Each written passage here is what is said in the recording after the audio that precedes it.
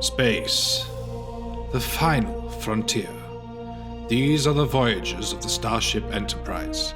Its continuing mission to explore strange new worlds, to seek out new life and new civilizations. It's May the 4th.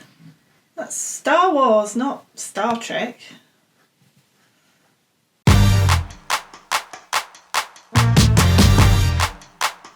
Hi guys, it's Josh at the Pickle Jar, and today we're doing something Star Wars themed. I thought I'd have a go at doing a little bit of a diorama and put some of my newly learnt terrain skills to use, whilst also trying out some new paints and seeing if I can fix my issue with dioramas. We'll get started and I'll see you again at the end. So the model that we're going to be working on today is the Airspeeder from Star Wars Legion, famously seen on Hoth during Empire Strikes Back, and this was supplied by Chaos Cards. If you want to pick one up for yourself, check out the link to their site down below in the description. And thanks Chaos Cards for sending this out for this project. Now, it's not just us here at the Pickle Jar that are getting all excited about Star Wars. Luke over at Geek Gaming Scenics and Dave from MS Paints are both also putting out Star Wars videos today. Now, there'll be links for both of them down below in the description, and what I want you to do is head on over once you've finished here and leave them a comment telling them that Tatooine is sparsely populated, and let's see how many people we can send over.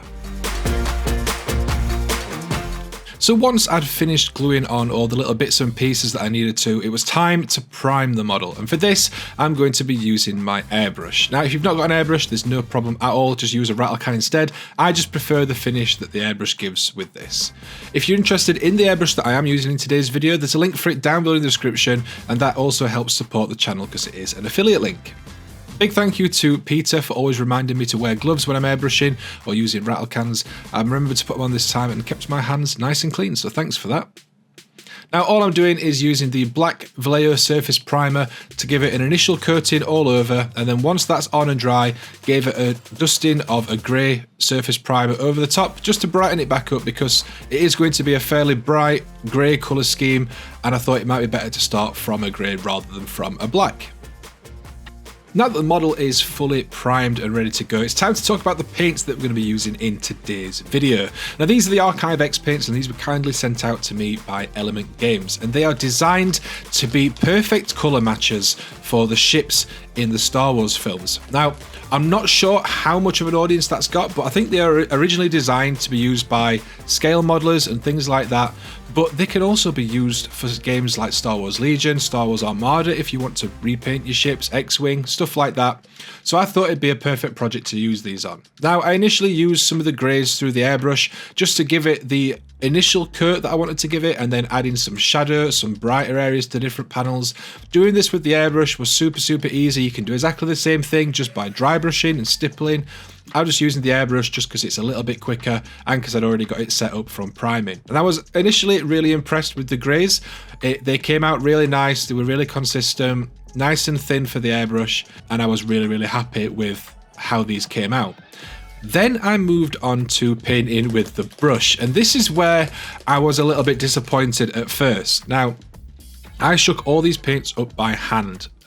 That's how I generally shape my paints up. I've only just recently got myself a vortex mixer. So I shook these by hand, and the coverage painting by brush just really wasn't there.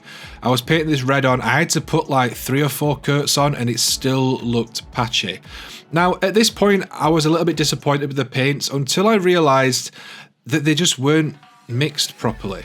Now, once I gave them a blast on the vortex mixer, they performed a hell of a lot better, and it mixed them together properly. Now, that's something to bear in mind if you are looking at getting these paints. They really do need a thorough mixing. You can absolutely do this by hand, but if you've got a vortex mixer, that is definitely the easier way to go. So it's just something to bear in mind. Once they were mixed properly, they performed a hell of a lot better. I got all the base coats down and then started adding some other colours that I didn't have from the Archive X range, and this was more just a sort of a personal choice. I wanted to add some blue black to the glass windows just so they weren't plain black or bright blue, to add a little bit of contrast on there. I went through and I picked out some details just to add a little bit of variety across the ship, and once all that was on, it was time to do my new favourite thing, and that is oil washing. Now, to anyone that's terrified of using oil washers, I completely get it. I've only recently started using them, but oh my god, they have completely changed how I paint miniatures, and I can't believe it's took me this long to start using them. I'm not using anything fancy. The oils themselves cost me £3 for a set of 12 from the works, and then I'm using some odorless thinner because it was a fiver, but you can just use white spirits. I just fancied being a little bit fancy, that's all. All you do is mix them together to whatever consistency you want. You can be thinner if you wanted to do more panel lining, or a little bit thicker if you want in a bit more sort of grimy sort of stuff. I went for a sort of middle of the road mixture and then covered the entire model in this black wash. Now what I'm going to do with this, once it's been on for a few minutes and started to sort of set in place, I'm going to go in just with some dry paper towel, dab off all the excess from all the raised up areas and leave the oil wash in the recesses. It makes it look nice and grimy, it adds all the definition to all the recessed areas, and then once I'm sort of happy with how it looks, I'll just hit it with a hairdryer for a few minutes just to dry it off, and that's it, done. Now that oil wash is absolutely fantastic at adding all the recessed definition in, but what it does is it turns everything down, so we need to give it a quick dry brush just to add in some of the edge details again. Now I'm going to use one of the other Archive X paints, just a light sort of creamy white grey, and then all I'm doing is using the Artist Opus dry brushes and dry pad to dry brush this along the edges very selectively. I'm not going over the entire model, just adding some to the edges, maybe a little bit to some of the centers of some of the panels, just to brighten some of them back up again. Now I don't want to do this too much. I'm quite happy with the sort of grimy, knackered look of this ship, but it did need a little bit of edge detail again. Now, at the start of this video, I said that this was going to be a diorama, so I think it's probably about time that we start work on the diorama part of it, rather than just painting the model. Now, using this picture frame, it cost me about £4 from the range, and it makes a nice little boxed frame for the little diorama that I'm doing. I'm not doing anything too massive. To build up the ground form, I'm going to be using this bark. You can buy this from Geek Gaming Scenics, links down below for that. And to fix that in place, I'm just using some hot glue from a hot glue gun and just building up the ground and then building up some sort of raised areas around the back, because the idea is to have the snow speeder sort of going around a bit of a corner like an embankment or something. It just adds a little bit of extra detail rather than it just being flat. And with this being on Hoth, because obviously it's going to be on Hoth, I wanted to add a little bit of detail there, some rocks and stuff, so it wasn't just flat snow, because that'd be pretty boring, to be honest. Once all the bark was in place, I needed to fill in the gaps and add a little bit of proper ground formation. So for this, I'm going to be using Modeling Compound, again from Geek Gaming Scenics, links down below. Now, the first time that I ever used this was when I did my Armies on Parade board, and I mixed this way too wet, and it took forever to dry.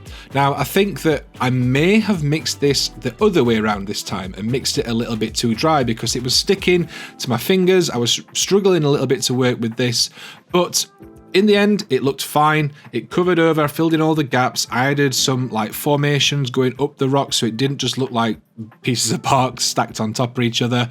And it's probably not the best, but do you know what? I'm actually pretty pleased with how this looks. I left some of the bark exposed on the flatter areas so that I could paint and add some more rocks and stuff down there. Now, this is the sort of rough angle that I wanted to have the speeder at. At this point, I wasn't entirely certain how I was going to attach the speeder, but we'd figure that out later. Now, I'm just masking off the wood on the frame around the edge so that I can prime the rest of the diorama. Again with the airbrush, but you can do this with a rattle can, not a problem at all. First off, just gave it a covering of black and then gave it a covering of grey over the top. Again, because this is going to be snow, I didn't want it to be too dark. Apart from the rocks, I didn't mind them being a little bit darker because we're going to paint them in a sort of bluey black so that it adds that sort of cold look rather than just being grey. And then add a little bit more dry brush into these just to pick out some of that definition on the bark to really sell that sort of rock look. Now, again, it's not perfect. I know it's not perfect. I am not a terrain person. I'm not Josh the terrain guy, but I'm pretty happy with how this is looking so far. Again, from Geek Gaming Scenics, I'm going to get fed up of saying that, but we are adding some snow powder. And to do that, I'm just applying PVA to everywhere that I want the snow powder to stick. again, this PVA from Geek Gaming Scenics, applying it to the top of the rocks to the flat areas, but then leaving some of the rocks exposed on the cliff faces. And then all I'm doing is putting the snow powder in a sieve and then dusting it over the top. I'm doing this very gradually, letting it sort of build up so I can see whether I want it to be super deep in areas or just a smattering in some other places. And then once I'd covered the entire thing, it was just a case of going in with an old brush and dusting the snow powder that wasn't on glue off of the top of some of the rocks, so that that does is it leaves it in the recesses, so it looks like there's been snow drifts and stuff like that, but you can still see the rock underneath. It adds a nice bit of variety, so it's not just a plain white field with a ship on top of it. And then with that, I forgot to film how I attached the ship. All I'm using is a GW flight stand from an old model that I'd got. I glued that in place and then attached the ship on top. Now, I said at the start of this video that I was going to address fixing my issue with dioramas. Now, the issue that I have with dioramas is that you're using a model that you then can't use in game. Because this is just on a flight stand, I can take this off and put it on its gaming base and use it in game, no problem at all. I think that is a win-win for me. I get a cool diorama and I get a cool model to use in game. What do you think? Let me know in the comments down below. So there you go, guys. I hope you enjoyed the video, and if you did, be sure to leave a like down below, and if you're brand new, please consider subscribing so you can keep up to date with all the content we post in the future. If you want to help support the channel, we have our affiliate links down below in the description. We've got them for Element Games and for Grim Dice Tabletop Gaming, as well as our membership program right here on YouTube. I want to say a massive thank you to all our current channel members. You guys are absolutely amazing. Thank you very much for all your support. That's going to do it from me. I'll catch you in the next one, and until then, enjoy your hobby.